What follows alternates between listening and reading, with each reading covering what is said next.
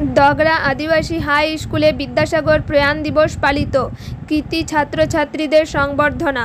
29শে জুলাই ঈশ্বরচন্দ্র বিদ্যাসাগরের 135তম প্রয়াণ দিবস উপলক্ষে পাড়া ব্লকের দগরা আদিবাসী হাই স্কুলে এক স্মরণসভা এবং সংবর্ধনা অনুষ্ঠানের আয়োজন করা হয়।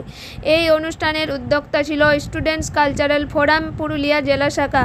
স্মরণসভায় বিদ্যাসাগরের জীবন ও সমাজ সংস্কারে তার অপরিসীম অবদান নিয়ে আলোচনা করা হয়।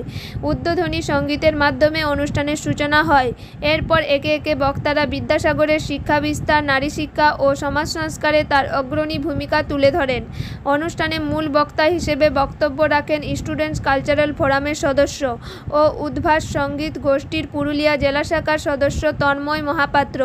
উপস্থিত ছিলেন আনাড়া বিদ্যাসাগর স্মরণ কমিটির সম্পাদক স্বপন পরামানিক, স্কুলের ভারপ্রাপ্ত শিক্ষক ও অন্যান্য শিক্ষকবৃন্দ। এই অনুষ্ঠানে উচ্চ মাধ্যমিক পরীক্ষায় উত্তীর্ণ 5টি স্কুলের কৃতী 3 জন ছাত্রছাত্রীকে সংবর্ধনা দেওয়া হয়, যা সকলের মধ্যে আনন্দ ও উৎসাহ ছড়িয়ে দেয়। প্রায় 3 শতাধিক ছাত্রছাত্রী স্বতঃস্ফূর্তভাবে এই স্মরণসভায় অংশগ্রহণ করে। সংগঠনের পক্ষ থেকে জানানো হয়, বিদ্যাসাগরের আদর্শ ও মানবতাবাদী চেতনা আগামী প্রজন্মের মধ্যে ছড়িয়ে দেওয়ার উদ্দেশ্যে ভবিষ্যতেও এই ধরনের কর্মসূচি অব্যাহত থাকবে। পুরুলিয়া থেকে সৌভিক হালদারের রিপোর্ট, জঙ্গলমহল লাইভ।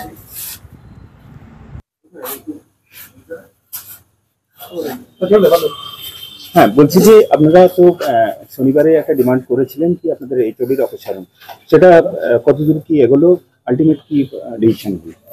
আমাদের যে আন্দোলনটা ছিল, আমাদের শুধুমাত্র একজন মানুষের উপরেই, আমাদের যিনি চেস্ট মেডিসিনের হেড ডক্টর অভিজিৎ মণ্ডল, ওনার বিরুদ্ধে অনেকগুলো অ্যালিগেশন ছিল। সেই অ্যালিগেশনের ভিত্তিতে কলেজ লেভেলে একটা এনকোয়ারি স্টার্ট হয়েছিল।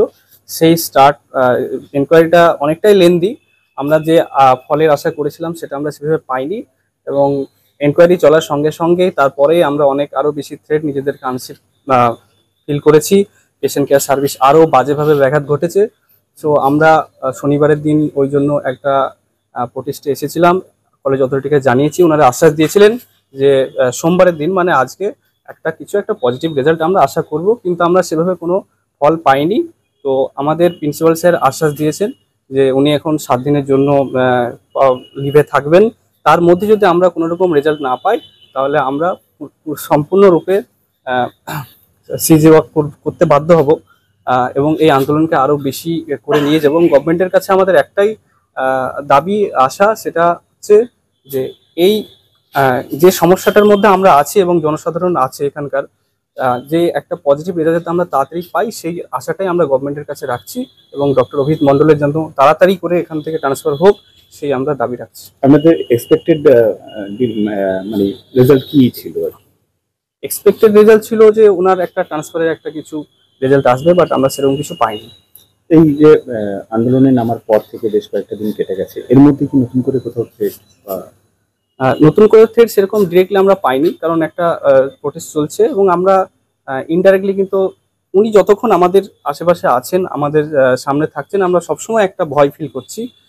আমাদের একটা ইনডাইরেক্টলি থ্রেট ফিল কিন্তু আমরা করছি, সবসময় আনসেফ ফিল করছি। এনকোয়ারিতে কোথাও প্রভাব ঘটানোর চেষ্টা হচ্ছে বলে মনে হয়? ডিরেক্টলি ভাবে জানা যায়নি, তবে যেভাবে খবর এসেছে যে এনকোয়ারিতে উনি অনেক রকম ভাবে ম্যানিপুলেশন করেছেন। ওনার পরিচিত লোকজনদের সাথে কথা বলে বিভিন্ন রকম ওনার পাওয়ারে থেকে যতগুলো করা সম্ভব উনি করেই যাচ্ছেন। সেটা এনকোয়ারি এখনো পর্যন্ত যা হয়েছে সেটা কি স্যাটিসফ্যাক্টরি? না, সেরকম ভাবে স্যাটিসফ্যাক্টরি নয়। আমরা সেরকম ভাবে খুব ভালো ফল কিছু পাইনি, যেটা আমাদের জন্য বা পেশেন্টের জন্য ভালো হয়, সেরকম কিছু আমরা পাইনি। নেক্সট স্টেপ কি হবে? নেক্সট স্টেপ যদি আমরা 7 দিন ওয়েট করব, যদি আমরা সেরকম ফল না পাই, গভর্নমেন্টের কাছে একটা আশা রাখছি যেন খুব শীঘ্রই আমাদেরকে সেই জাস্টিস দেওয়া হয় আমাদের দিক থেকে এবং পেশেন্ট কেয়ার সার্ভিসের দিক থেকে। যদি না সেটা পাই, তো আমরা ফার্দার আরও প্রোটেস্টটা এক্সক্লেট করব। জাকির হোসেন।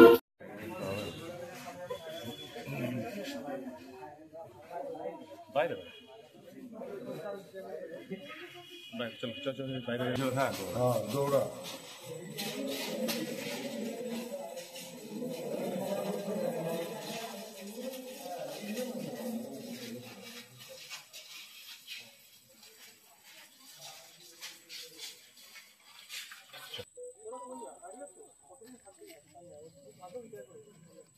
চালো মা